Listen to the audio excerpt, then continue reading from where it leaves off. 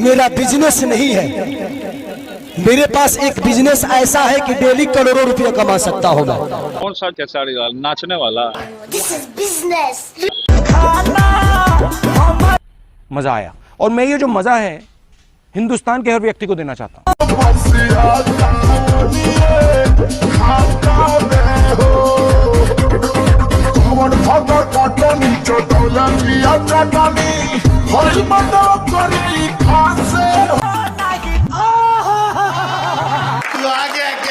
कोई rule follow नहीं हुए, जो ट्रेन आई जिनमें इतना सारा वोट बन बैठ के आया, उसका कौन ब्यौरा देगा? 22 इलेक्शन करवाने हैं इस चीफ इलेक्शन कमिश्नर ने। हम बिहार की जनता और आवाम पे सारा कुछ छोड़े हुए हम जानते हैं। युवाओं ने, जो प्रवासी हैं, उन लोगों ने, महिलाओं ने, सभी ने हमको वोट किया है। तो एग्जिट आप ओसामा साहब को टिकट पकड़ा देंगी भाई, आप ओसामा साहब को टिकट पकड़ाएंगे तो जंगल राज और सीमेंट होता है ना आपके चेहरे पर। आप बहस में जाने से अनंत सिंह उनके यहाँ थे तो बड़े गुंडे थे, आपके यहाँ से चुनाव लड़े तो बड़े संत से। मैं जानती हूँ कि ये सारे एग्जिट पोल्स इसलिए किए जाते हैं ताकि साइकोलॉजिकली लोगों को डराया जा सके, आप डरने वाली नहीं है, किया जा सके। और हाँ, जुएबाजी अरे देश जान गया है आपको, किसने सरकार बना रहे हैं? बिल्कुल बिल्कुल बनाइए, थोड़ी सरकार बनाइए, बहुत अच्छा। 18 तारीख को नया मुख्यमंत्री न ला रहे हैं। आपको जद्दा से इस उंगली ने चुना है, थोड़ा इस उंगली ने चुना है। अच्छा दोस्तों, जैसा कि आपने देखा आज का एपिसोड कांग्रेस के चाटुकार पत्तलकार और चाराचोर पार्टी की प्रवक्ता प्रियंका भारती के बीच में होने वाला है, जिसमें गरिमा सिंह ने दोनों को एक साथ बड़ी बुरी तरह से धो दिया। और साथ में देखने वाले हैं आरजेडी के छक्का विधायक खेसारी लाल यादव और देशद्रोही कन्हैया कुमार को। वीडियो बेहद ही शानदार होने वाला है, इसलिए अंत तक जरूर देखें। और यदि आप इस चैनल पर पहली बार हैं तो चैनल को सब्सक्राइब करें ताकि ऐसे वीडियो आपको हमेशा देखने को मिलती रहे। वीडियो थोड़ा भी पसंद है तो लाइक जरूर करें और अपने दोस्तों के साथ शेयर करना बिल्कुल भी ना भूलें। तो हेलो दोस्तों, मैं Abhay Nagvanshi, change your luck, zero से हीरो तक में आपका स्वागत है।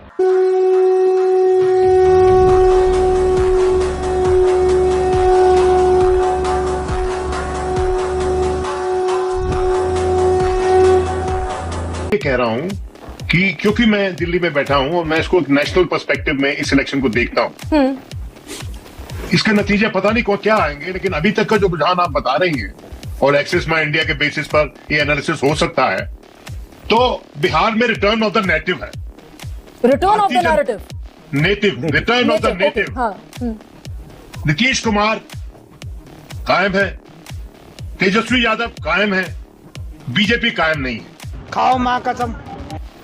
बीजेपी को बोला जाता था कि बीजेपी जो है एक छत्र राज करने के लिए अपने दम पर बिहार में, अगर ये आंकड़े सही है तो, अगर ये आंकड़े गलत है तो मैं कुछ कह नहीं सकता, तो that one stands to correction. लेकिन इन आंकड़ों के बेसिस पे लग रहा है कि भारतीय जनता पार्टी नंबर 3 की पार्टी होगी। अच्छा, हमको सिखा रिया है। अब वहां पे जो नेटिव पार्टीज हैं, बिहार की अपनी पार्टी है, जो जनता दल परिवार की पार्टी है, वो उनमें से एक पार्टी जो है वो प्रमुख तौर पर राज करेगी, अगर ये आंकड़े सही है तो। या तो नीतीश कुमार या फिर तेजस्वी यादव।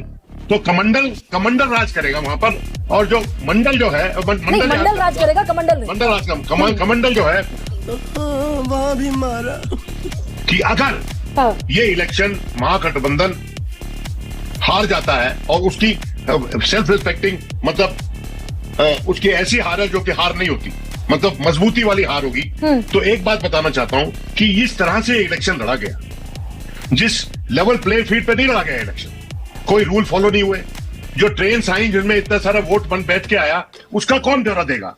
उसकी कहां अकाउंटेबिलिटी होगी? दो जगह लोग जो वोट डाल रहे हैं उसकी कहां अकाउंटेबिलिटी होगी? और ये चीफ इलेक्शन कमिश्नर। सर, मैं इस तस्वीर को बिल्कुल पलट देती हूँ विनोद जी, मैं इस तस्वीर को पलट देती हूँ। फर्ज कीजिए भाई, झारखंड में भी तो विपक्ष ने इलेक्शन लड़ा, तेलंगाना में लड़ा, हिमाचल में लड़ा। फर्ज कीजिए ये आंकड़े महागठबंधन के पक्ष में चले जाते हैं। एक मिनट 2029 तक, 26 जनवरी 2029 तक गणेश कुमार जी का टेन्योर है। सर, इस तस्वीर को क्लियर कीजिए ना। फर्ज कीजिए कि आंकड़े महागठबंधन के पक्ष में चले जाते हैं, 33% लोग कह रहे हैं तेजस्वी यादव मुख्यमंत्री होने चाहिए। उसी पे आ रहा हूँ मैं, आगे देख रहा हूँ। गरिमा आप वहीं खड़ी है, मैं आगे देख रहा हूँ। बताइए ना। 22 इलेक्शन करवाने हैं चीफ इलेक्शन कमिश्नर ने अपने तत्वावधान में, इसी तरह से करवाएगा क्या? चुप चूतिया, कुछ बोल नहीं रही हूँ तो मुझसे हकता रहेगा। ये कंसर्न आपको भी है क्या? क्योंकि अभी कल 11% का वोट शेयर का डिफरेंस था, आज 2% का वोट शेयर रह गया, घटकर दोनों गठबंधनों के बीच का जो डिफरेंस है, तो थोड़ी बेहतर आप स्थिति में तो खुद को महसूस कर रहे होंगे। Yes, still you are refusing all exit polls. Definitely हम सारे एग्जिट पोल्स को नकारते हैं। रीजन बीइंग, आप एक्सेस माई इंडिया के पोल्स पे चर्चा कर रहे हैं। इन्होंने सैंपल साइज लिया है गरिमा जी 42,000 का।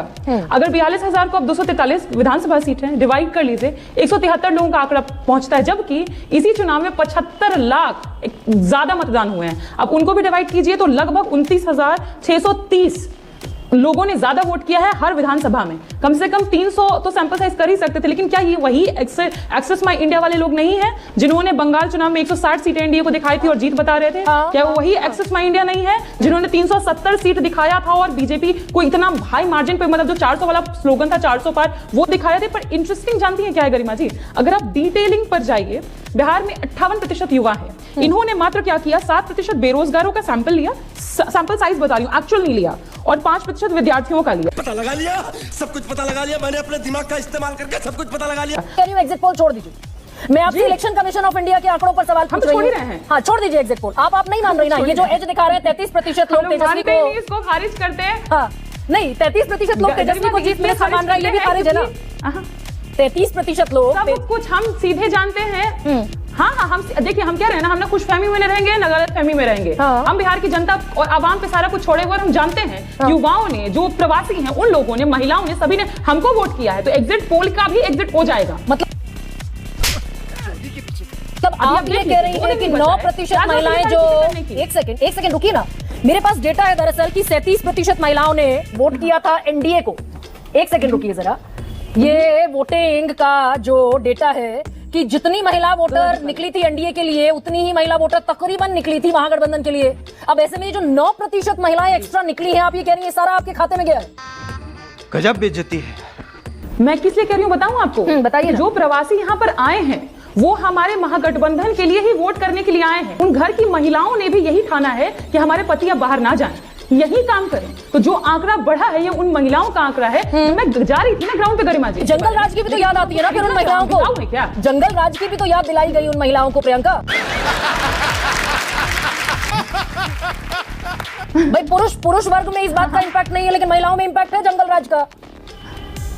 महिलाओं में इम्पैक्ट इस बात का है गरिमा जी कि हर दिन बिहार में 3 बलात्कार हो रहे हैं। इम्पैक्ट इस बात का है कि गृह जिला जो नीतीश जी का है नालंदा, वहां महिला सुरक्षित नहीं है, 9 किले उसके पैर में ठोक दी गई। इस बात पे चिंतित है कि जिस मंजू वर्मा का नाम आया था मुजफ्फरपुर बालिका गृह कांड में, उसके बेटे अभिषेक को टिकट दे दिया जेडीयू ने। इस बात से महिलाएं चिंतित है कि हर दिन आप ओसामा साहब को टिकट पकड़ा देंगी। भाई आप ओसामा साहब को टिकट पकड़ाएंगे तो जंगल राज और सीमेंट होता है ना आपके चेहरे पर, आपके कॉलर। गरिमा जी, रिसर्च टीम बहुत अच्छी है आपकी, प्लीज मैं रिक्वेस्ट कर रही हूँ रिसर्च टीम से कहिए कि जरा चेक करें ओसामा जी पर कितने केसेस हैं, चेक करवाइए। पर मैं आपको गिनती जरूर गिनवा दूंगी। नहीं, लेगेसी की बात है ना, लेकिन केसेस और कैसे 2017 में खत्म कर दिया गया, कैसे यहाँ पर बाहुबलियों का एक जमावड़ा पूरा लगा दिया गया। अनंत सिंह हो या फिर आनंद मोहन हो या फिर उल्लास पांडे हो, सुनील पांडे हो, कितनों का मैं नाम लूं, पर मैं उस पर नहीं जाऊंगी। मैं जानती हूँ बिहार की महिलाओं ने इस बात पे वोट किया है कौन उनके बच्चों को नौकरी देगा। महिलाओं ने इस बात पे वोट किया है कि कौन मुद्दे पर रहा और कौन पार्टी घुसपैठिया चिल्लाती रही, कौन पार्टी ये कहती रही सिक्सर के 6 गोली छाती में ठोकी, और एक तरफ वही तेजस्वी जी कहते रहे हम तो सरकारी नौकरी की ही बात करें। सुकेश बोल रहा हूं, चुनाव हमने पकड़े रखे, इसलिए कैंपेन का टाइम पूरा हो चुका है। प्रियंका, कैंपेन का टाइम पूरा हो चुका है। अब इसमें बहस में जाने से, अनंत सिंह उनके यहाँ थे तो बड़े गुंडे थे, आपके यहाँ से चुनाव लड़े तो बड़े संत से, एकदम इन्होंने वक्त बदल दिया, जज्बात बदल दिए, जिंदगी बदल दी। एक जब उस तरफ लड़े तो गुंडे थे, इस तरफ लड़े तो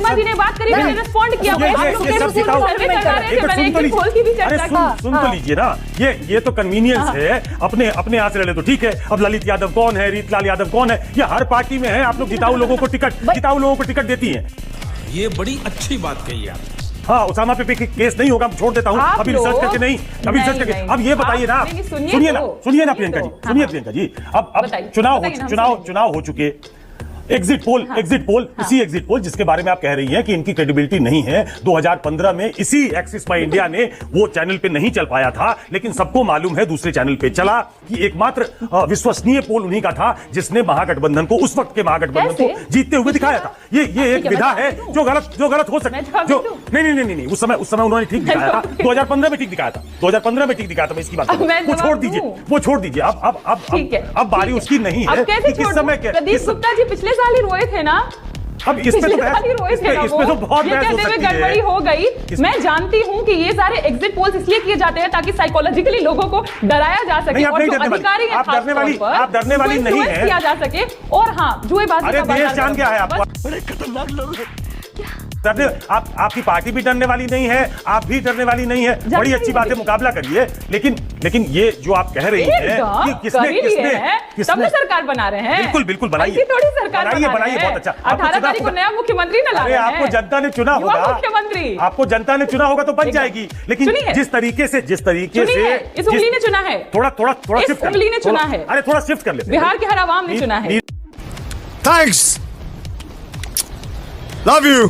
पलायन रोकने की यात्रा, जो आपने यात्रा इतनी सारी करी अभी, तो पलायन यात्रा पर कुछ लोग सवाल उठा रहे हैं आपकी यात्रा पे। कह रहे हैं कि कन्हैया तो खुद ही राजनीतिक पलायनवादी है। लेफ्ट छोड़कर कांग्रेस में आए, बेगूसराय से लड़े, हार गए तो छोड़कर दिल्ली चले गए, हार गए, दिल्ली से तो लौटकर बिहार आ गए। आई मीन फिर इनको बिहार की याद आई, ये तो है ही पलायनवादी, तो खुद ही इधर से उधर करते रहते। फिर ये क्या पलायन की बात है? चाहता हूं कि अगला कन्हैया कुमार जो है ना, अगली पीढ़ी का, उसको पलायन नहीं करना पड़े। चुनाव लड़ने के लिए दिल्ली नहीं गया था। क्या करने गए? बोलो, पूरा समय दोगे कन्हैया। चुनाव लड़ने के लिए नहीं गए थे, पीएचडी करने के लिए दिल्ली गए। भाई साहब, मनोज तिवारी के अगेंस्ट कौन लड़ा था अभी?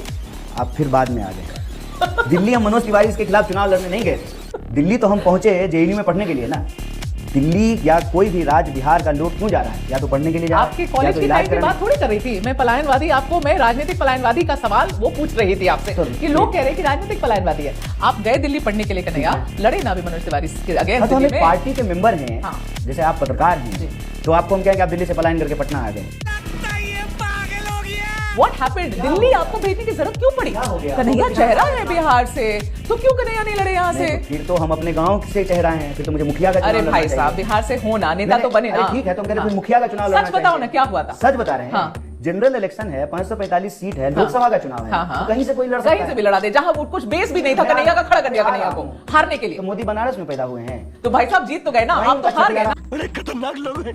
क्या आप तो हार गए ना। क्या हो गया? अटल बिहारी वाजपेयी हार गए थे। सच, आप जो सच्चाई है तो बोल ही नहीं रहे हो। क्या वाला? सुनिए ना, अच्छा कन्हैया चलो, हाँ और ना में जवाब देना। कब हार गया जो है? सुनिए ना कन्हैया, कहाँ यार, कहाँ से कहाँ जाते हो? सुनिए मेरी बात सुनिए, आप ये कह रहे हैं कि जनरल इलेक्शन अपने गांव से लड़ना चाहिए। गांव से नहीं लड़ना चाहिए, कम से कम बिहार। मोदी का गांव। अरे भाई साहब, कम से कम बिहार से तो वो तो जीत गए। वो तो उनकी तो इतनी तैयारी थी, उनकी तो इतनी तैयारी थी, वो तो 2 जगह से लड़े थे। अगर आपको याद हो 2014 में बड़ौदा, वहां से भी लड़े थे और यहाँ से भी लड़े थे।